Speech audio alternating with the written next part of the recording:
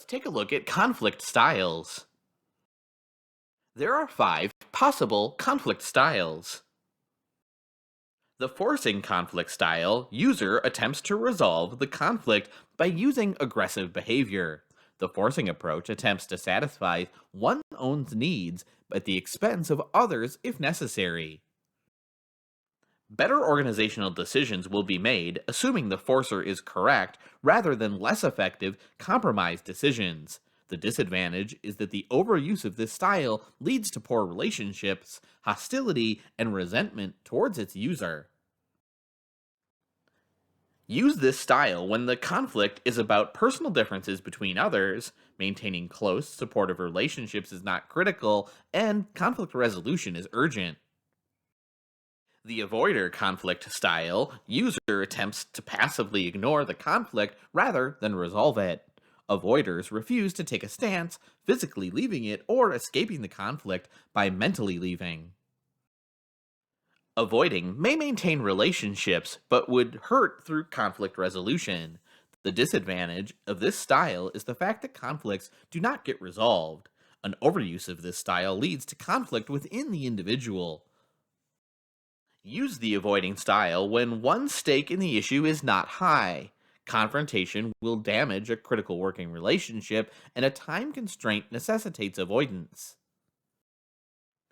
The accommodating style user attempts to resolve the conflict by passively giving in to the other party. It attempts to satisfy the other party while neglecting one's own needs. Relationships are developed and maintained by accommodating. The disadvantage is that giving in to the other party may be counterproductive when you have a better solution. Use this style when maintaining the relationship outweighs all other considerations. The changes agreed to are not important to you, but are to the other party, and the time to resolve the conflict is limited. The compromising conflict style user attempts to resolve the conflict through assertive give and take concessions. This approach attempts to meet one's needs for harmonious relationships by finding a common interest. Using the compromising conflict style, the conflict may be resolved quickly and relationships are maintained. The disadvantage is that the compromise often leads to counterproductive results. Use this style when the issues are complex and critical and there's no single, simple, or clear solution. All parties have a strong interest in different solutions and time is short.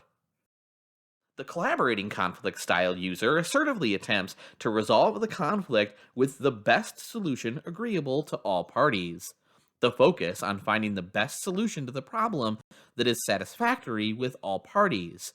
This is the only style that creates a win-win solution. Collaborating tends to lead to the best solution to the conflict using assertive behavior.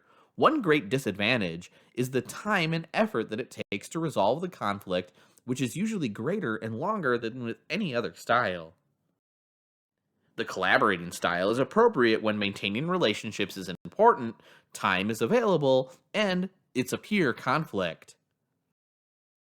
There's no one best style for resolving all conflicts. Your preferred style tends to meet your needs. Some people enjoy forcing, others prefer to avoid, and so forth. Success lies in one's ability to use the appropriate style to meet the situation.